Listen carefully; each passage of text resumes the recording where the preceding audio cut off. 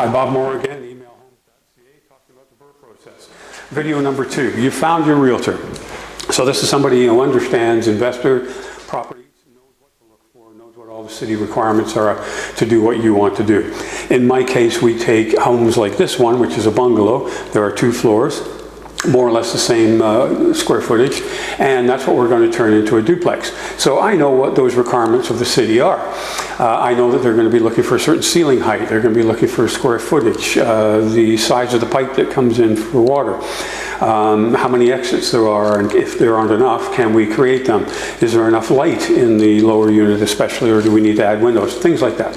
So these are all things you can learn yourself, and in the printed version of this series, called A Sweet Idea, you can see all that, so you can learn it all yourself. But if you have an investor savvy realtor, you won't have to do that. You need to be able to trust them that they're going to choose out of, say, 10 houses, the 2 or 3 that are going to be able to work for you based on your budget, your tastes, and all that stuff. So we're looking at location. We want to be in the right neighborhoods, usually an A or an A+ neighborhood, and we'll get into why in the next video.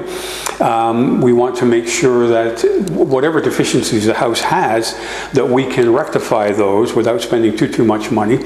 We also don't want to have to go to the city for adjustments. For example, if the ceiling is too low, we don't want to buy that house and then immediately have to go to the city to ask for an adjustment, because that's going to take a fair amount of time, it'll cost money, and there's a chance that they could say no. So we want to make sure that that house has the right ceiling requirements, otherwise we won't consider that house.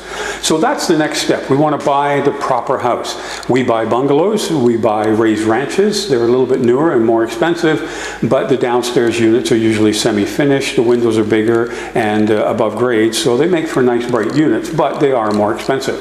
Those are the 2 types of homes that I particularly look for.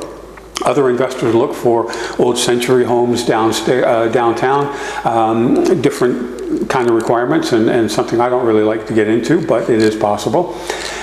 You need to just make sure that your realtor understands what you want, so that the houses that they are sending to you in your emails that you're looking at, you know that they can be turned into what it is you want to do, so you can add value.